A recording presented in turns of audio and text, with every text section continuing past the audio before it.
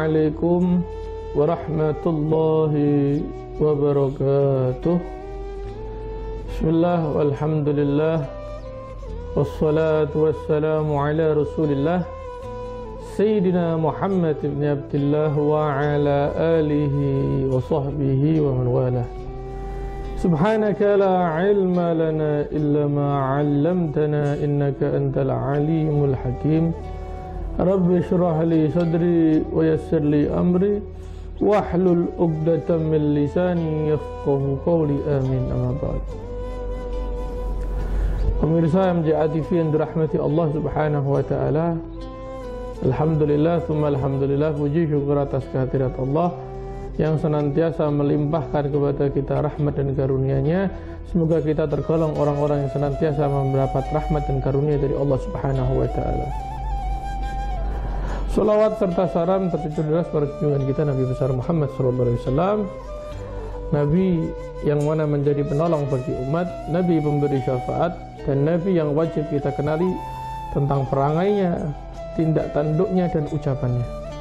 Oleh karena itu, di sini saya ingin melanjutkan tentang perjalanan Nabi Muhammad sallallahu alaihi wasallam. Maka kita masuk pada pembahasan ad-da'watu jahran, yaitu dakwah secara terang-terangan. Beberapa waktu lalu saya menerangkan tentang bagaimana Nabi Muhammad SAW sebelum masyarakat Arab, sebelum diutusnya Nabi Muhammad, bagaimana keadaan mereka, lalu bagaimana ketika Nabi Muhammad SAW berdakwah secara diam-diam melalui mendekati kerabat-kerabatnya dahulu, dan siapa saja yang beriman kepada beliau pertama kali. Maka saat ini perjalanan Nabi Muhammad SAW sampai kepada dakwah secara terang-terangan.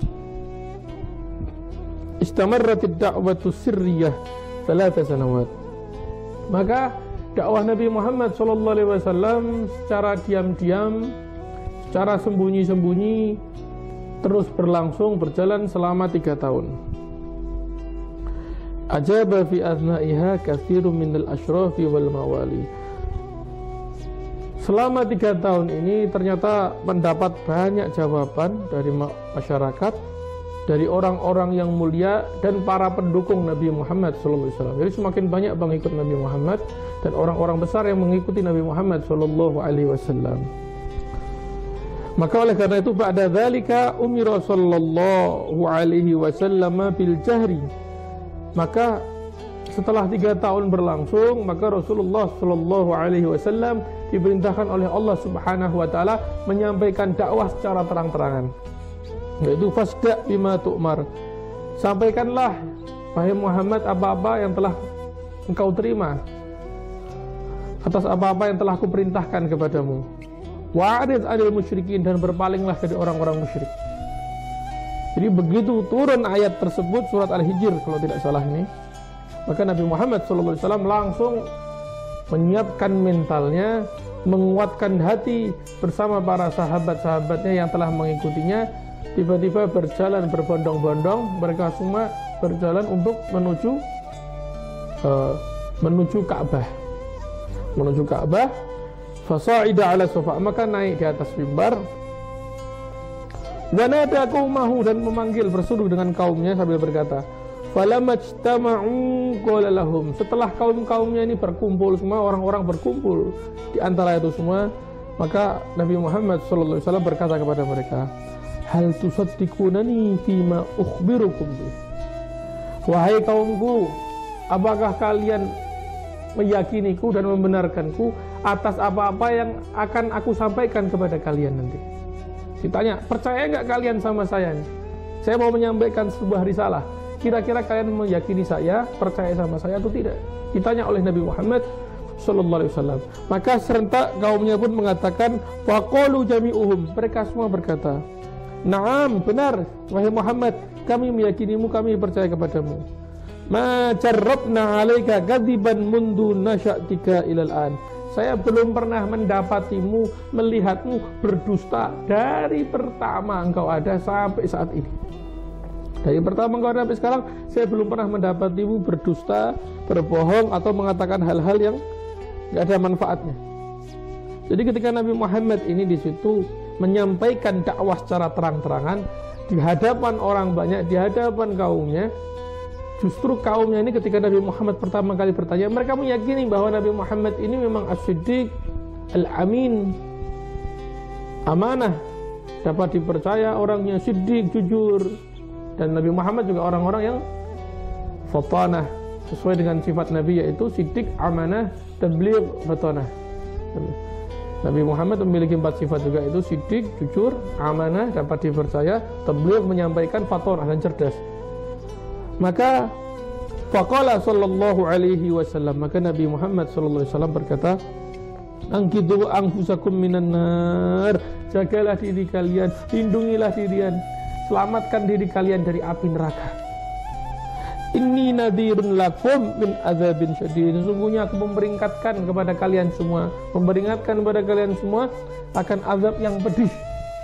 Jadi ketika itu Nabi Muhammad SAW memberi peringatan kepada orang-orang di sekitar Nabi Muhammad SAW, kepada kaumnya, bahwasanya bersiap-siaplah engkau untuk menerima syariat baru, dan hati-hati kalian dari perbuatan yang kecil.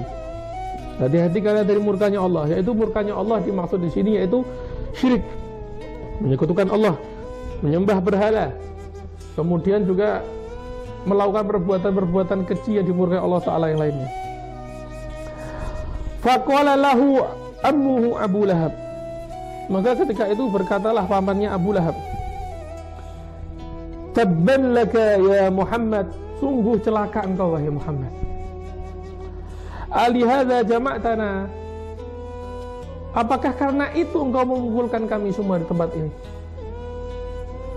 Jadi Abu Lahab ini langsung mengatakan tabban laka ya Muhammad, celaka engkau wahai Muhammad, karena itu kau mengumpulkan kami.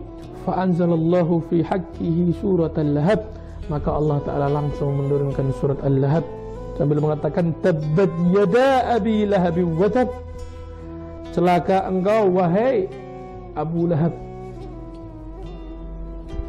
Jadi ketika seorang mencaci Nabi Muhammad sallallahu alaihi wasallam, yang pertama kali membalas langsung Allah Subhanahu wa taala. Jadi yang pertama kali membalas Allah. Jadi kalau sudah urusan sama Nabi Muhammad, urusannya sama Allah Subhanahu wa taala, bukan Nabi Muhammad yang balas. Begitu yang mengatakan tabban laka ya Muhammad, dijawab oleh tabbat yada abi lahab wa tab. Allah Ta'ala langsung yang membalasnya, memberikan sumpah serapahnya di dalam Al-Quran surat Al-Lahab. Itu sumpah serapah untuk Abi Lahab. Ma aghna anhu maluhu wa ma kasab, sayasla naran dzata lahabin wa tab, wa imra'atuhu hammalatal hatab, fi jidha hablum min masad. Jadi barang siapa yang menghinakan Nabi Muhammad di depan umum, di depan orang, Allah Ta'ala yang langsung akan membalas, Allah Ta'ala yang akan menghinakannya di hadapan umum dan di hadapan orang lain. Oleh karena itu, paling tidak dari kisah dakwah Nabi secara terang-terangan kita melihat bagaimana sebenarnya masyarakat Arab ini semuanya meyakini dan percaya sama Nabi, sampai datang hasutan-hasutan dari orang-orang yang memuji Nabi. Dan ujian Nabi paling berat, hasutan itu datang dari keluarga Nabi sendiri, yaitu dari paman Nabi Muhammad sallallahu alaihi wasallam, yaitu saudara dari ayahnya, yang hasud dan iri kepada Nabi, yang mana dahulu cinta kepada Nabi hanya karena berbeda keyakinan yang menjadi membenci Nabi Muhammad sallallahu alaihi wasallam. Semoga Allah Ta'ala senantiasa memberikan taufik dan hidayahnya kepada kita, dan menjadikan kita orang-orang yang beruntung, orang-orang yang bersyukur, dan dijadikan umat Nabi Muhammad yang kelak akan dibanggakan Nabi Muhammad dan mencintai Nabi Muhammad. Amin Allahumma amin. Wa sallallahu ala sayyidina Muhammadin wa ala alihi wa sahbihi wa sallam, walhamdulillahi rabbil alamin.